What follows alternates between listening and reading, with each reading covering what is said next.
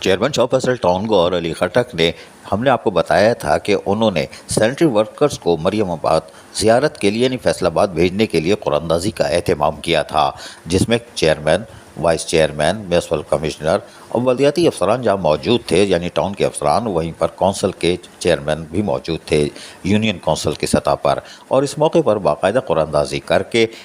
ناموں کا اعلان کیا گیا تھا اور 10 سینیٹری ورکرز کو زیارت مریم کے لیے روانہ کرنے کے لیے ناموں کا اعلان بھی کیا گیا تھا۔ اس موقع پر سابق اسسٹنٹ کمشنر سائرہ امجد شاہ فیصل ٹاؤن بھی موجود ہیں۔ تاہم آج انہوں نے باقاعدہ یعنی چیئرمین شاہ فیصل ٹاؤن گور علی خٹک نے vice chairman Tariq Mahmood Bangash, municipal commissioner Amjad Pathan کے ہمراہ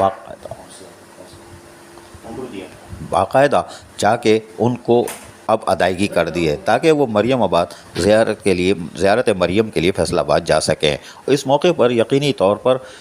جہاں پر کونسل کے جو ممبران تھے، خصوصی طور پر اقلیتی کونسل کے ممبران، ان کے لیے بھی ناموں کا اعلان کیا گیا تھا کہ وہ بھی جائیں گے، اس کے لیے بھی کاموں کا آغاز کیا گیا تھا اور آج ان کو بھی ادائیگی کر دی گئی ہے۔ اس کے بعد یقینی طور پر آج سینیٹری ورکرز کو ان کی ادائیگی کر دی ہے تاکہ وہ زیارت مریم کے لیے فیصل آباد جا سکے۔ حیران کن طور پر 3 سینیٹری ورکرز جو کہ گزشتہ روز روانہ ہو چکے تھے، ان کی ادائیگی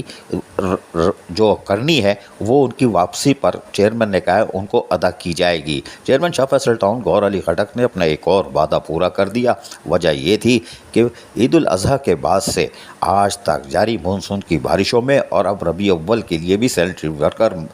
مصروف عمل ہے اور یقینی طور پر ان کا حق ان کو قبل از وقت دے رہے ہیں، اور کہا جاتا ہے